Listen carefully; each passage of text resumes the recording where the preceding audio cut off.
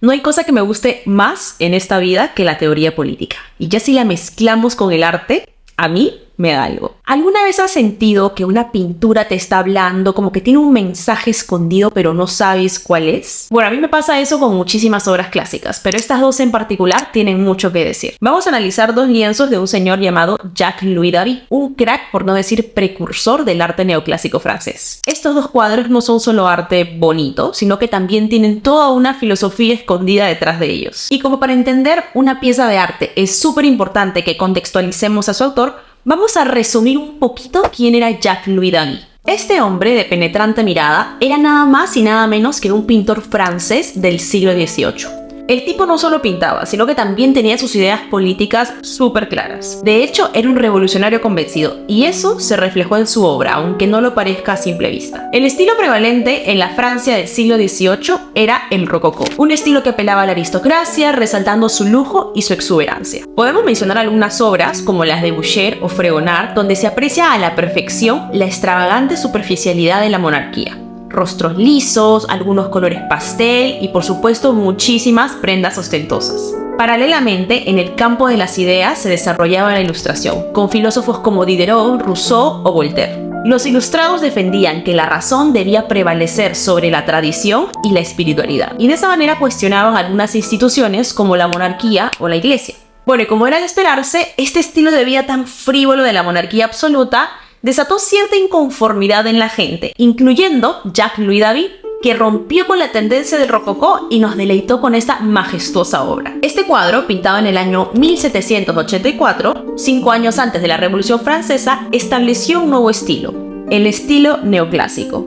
Ahora te preguntarás, ¿por qué ese nombre? Bueno, porque tomó ciertas características del estilo clásico de la antigua Grecia y Roma. Este movimiento estético también buscó expresar a través del arte los ideales intelectuales promovidos por la ilustración, que ya te mencioné. Y bueno, dicho esto, vamos a lo que realmente nos gusta, vamos a la carne del asunto, vamos a analizar el cuadro. ¿Qué tenemos por aquí? Aquí David, fiel al concepto del neoclasicismo, presenta un episodio de la historia romana antigua. Tienes a 3 hermanos, los Horacios, jurando defender a Roma con su vida. Patria o muerte, decían ellos. Están ahí, todos valientes, en una pose dramática, mientras su padre les ofrece espadas. Pues pasaba y acontecía que el Estado romano entró en guerra con una ciudad vecina, llamada Alba. Y bueno, en lugar de que ambos ejércitos se enfrentasen entre sí, acuerdan y deciden que 3 hermanos de cada lado luchasen en su lugar. El bando que sobreviviera, evidentemente, ganaría la guerra. Los romanos eligieron a los Horacios y la ciudad de Alba eligió a los Curiacios. Sin embargo, como si de una telenovela mexicana se tratase, la cosa se complica porque había matrimonios mixtos entre ambas familias. O sea, que no importaba el resultado, de una u otra manera, igual ambos iban a terminar perdiendo. En esta pintura, Jacques-Louis David nos ofrece 2 escenas contrastadas. En una de ellas tenemos al padre Horacio sosteniendo las 3 espadas y a sus hijos haciendo el juramento de luchar a muerte por Roma. En otra escena tenemos a 3 mujeres y 2 niños. Estas mujeres son Camila Horacio, que es una de las prometidas de uno de los hermanos Curiacio, y Sabina Curiacio, que está casada con uno de los hermanos Horacio. Bueno, todo un lío, están todos mezclados. Y los niños que vemos en la parte de atrás son hijos de Sabina y de Aya, uno de los hermanos Horacio. Bueno, a simple vista también podemos ver que las figuras masculinas, Jacques-Louis David las retrata de manera rígida, fuertes, musculosas, alzando los brazos de manera sincronizada. Por el contrario, las figuras femeninas que tenemos en la composición muestran cierta fragilidad, cierta pasividad y hasta cierto desconsuelo. La mirada de los hombres es fija y determinada, mientras que las mujeres están con los ojos cerrados. La postura de los hombres está hecho mediante líneas rectas y firmes, dando formas angulares, mientras que la postura de las mujeres son más bien corvadas, curvilíneas.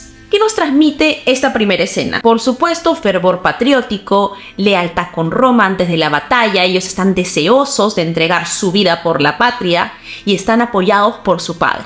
Este sentido de colectivo, de unidad, de hermandad, está completamente ausente en el otro lado del cuadro. Y si vemos el cuadro más de lejos, ya de manera más general, podemos ver que la disposición de la luz le da un cierto aspecto teatral a la escena.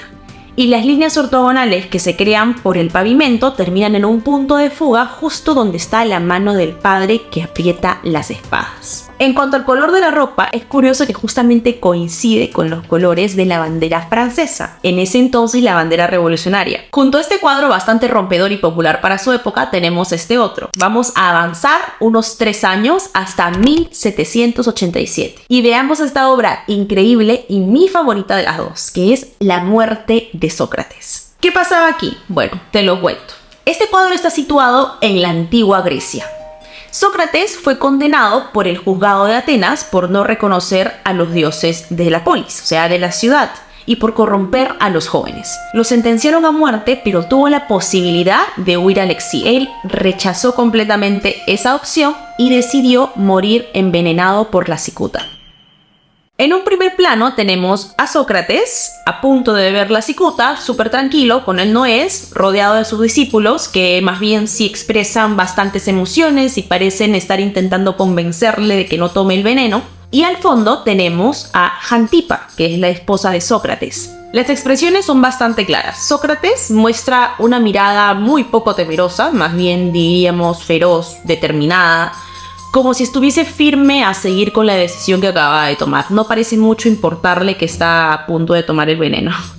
Y por otro lado, Jantipa, la esposa, está retirándose resignada de la escena. Las posturas que tenemos en este cuadro, al igual que en el otro, también son bastante contrastadas. Por un lado está Sócrates, que es el símbolo de la fuerza, y está representado con líneas rectas y formas angulares. Y por el lado de los discípulos, que son el símbolo de la angustia y la tristeza, las formas son curvilíneas y hasta retorcidas. Ahora vamos a ver el cuadro más de lejos y de manera más general. Lo que tenemos es claridad en la escena. Tenemos un fondo plano en un muro de piedra y el ángulo de la luz viene de la parte superior izquierda, le da también un efecto teatral y cae sobre Sócrates, que es la figura principal. Los ropajes que presenta David en esta obra son ropajes suaves, los colores también son vivos y generan cierto contraste en el centro. Si vemos bien, el verdugo y el discípulo están de color rojo y generan este contraste con Sócrates al medio, que está vestido con un manto blanco. Aquí también tenemos una escena conectada. Vamos a leerlo de derecha a izquierda. Tenemos primero a los discípulos, que ya dijimos expresan bastantes emociones. Tenemos a Sócrates y en el punto medio exacto están la mano y la copa. Si continuamos el camino, terminamos en el brazo del verdugo, que no se atreve a mirar lo que está a punto de suceder, y finalmente acaba en el hombre sentado al pie de la cama, que parece estar ajeno a todo lo que está ocurriendo. Este hombre anciano es Platón, discípulo de Sócrates. Por él conocemos las enseñanzas del gran maestro, porque lo hizo protagonista de muchos de sus diálogos. Casi todo lo que sabemos de Sócrates es gracias a Platón, ya que Sócrates por sí mismo no dejó absolutamente nada escrito. Él pensaba y era defensor de que cada uno debía forjarse sus propias ideas. Bueno, la pregunta del millón es, ¿por qué Platón y Sócrates se ven coetáneos en esta pintura si uno era aproximadamente 40 años mayor que el otro cuando sucedió esto? La razón es un regalo de Jacques Louis David y es una de las cosas por las cuales tenemos que entender que en el arte nada es casual. Si acudimos a las fuentes bibliográficas sobre la muerte de Sócrates, veremos que Platón no estuvo presente en ese acontecimiento y que el número de personas que asistieron a ese evento era mucho mayor a las 12 personas que pintó David en el cuadro. Pero si leemos la imagen de izquierda a derecha, veremos que se forma una suerte de recuerdo que emana de la cabeza de Platón, como atendiendo al pasado. Esa podría ser la razón por la que David pinta a Platón viejo y retraído, como si estuviese recordando un pasado idealizado. Un pasado donde Sócrates escoge morir en defensa de sus principios y en una postura curiosamente similar a la que tenía Platón en la escuela de Atenas de Rafael.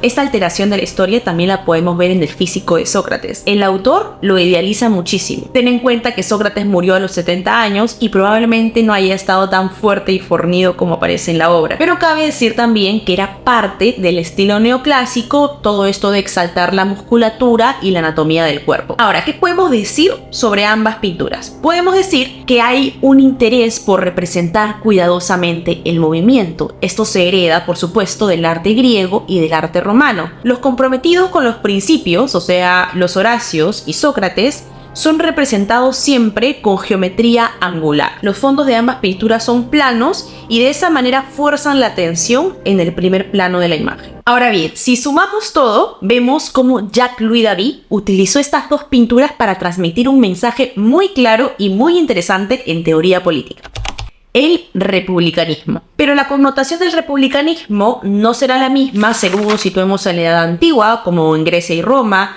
en la Edad Media, en la Edad Moderna o en la contemporánea. David muestra en su obra un republicanismo propio de la antigüedad grecolatina y el Renacimiento. Ese republicanismo que sitúa al medio al ciudadano, pero al ciudadano que participa políticamente. República etimológicamente significa res pública, o sea, la cosa pública, la cosa del pueblo, de la comunidad, ese proyecto en conjunto de los ciudadanos que está dirigido a conseguir el bien común. Aquí no hablamos de individuos, hablamos de ciudadanos, y de ciudadanos cuyo mayor objetivo es ser reconocidos por la comunidad. Los defensores del republicanismo consideran que la persona solamente se desarrolla como ciudadano. ¿Y qué es lo que diferencia al republicanismo del liberalismo? Súper fácil: lo que tiene en el centro. Mientras que el republicanismo en el centro tiene al ciudadano, el liberalismo tendrá al individuo.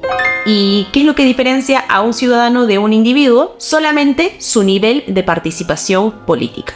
Mientras que el ciudadano participa activamente en los asuntos públicos, el individuo no tiene por qué hacerlo necesariamente. Y de todo esto que hemos dicho también se desprende que en el modelo del republicanismo lo público predomina sobre lo privado. Eso también lo podemos encontrar en ambas obras. Si te fijas, las familias, como parte de la esfera privada del ser humano, el autor las ubica en el lado oscuro, en un espacio más bien secundario, mientras que los grandes ciudadanos, Sócrates y los Horacios, aparecen bajo el foco de luz. Jacques-Louis David estaba utilizando el arte como una herramienta para dejarle un mensaje a los franceses poco tiempo antes del inicio de la Revolución.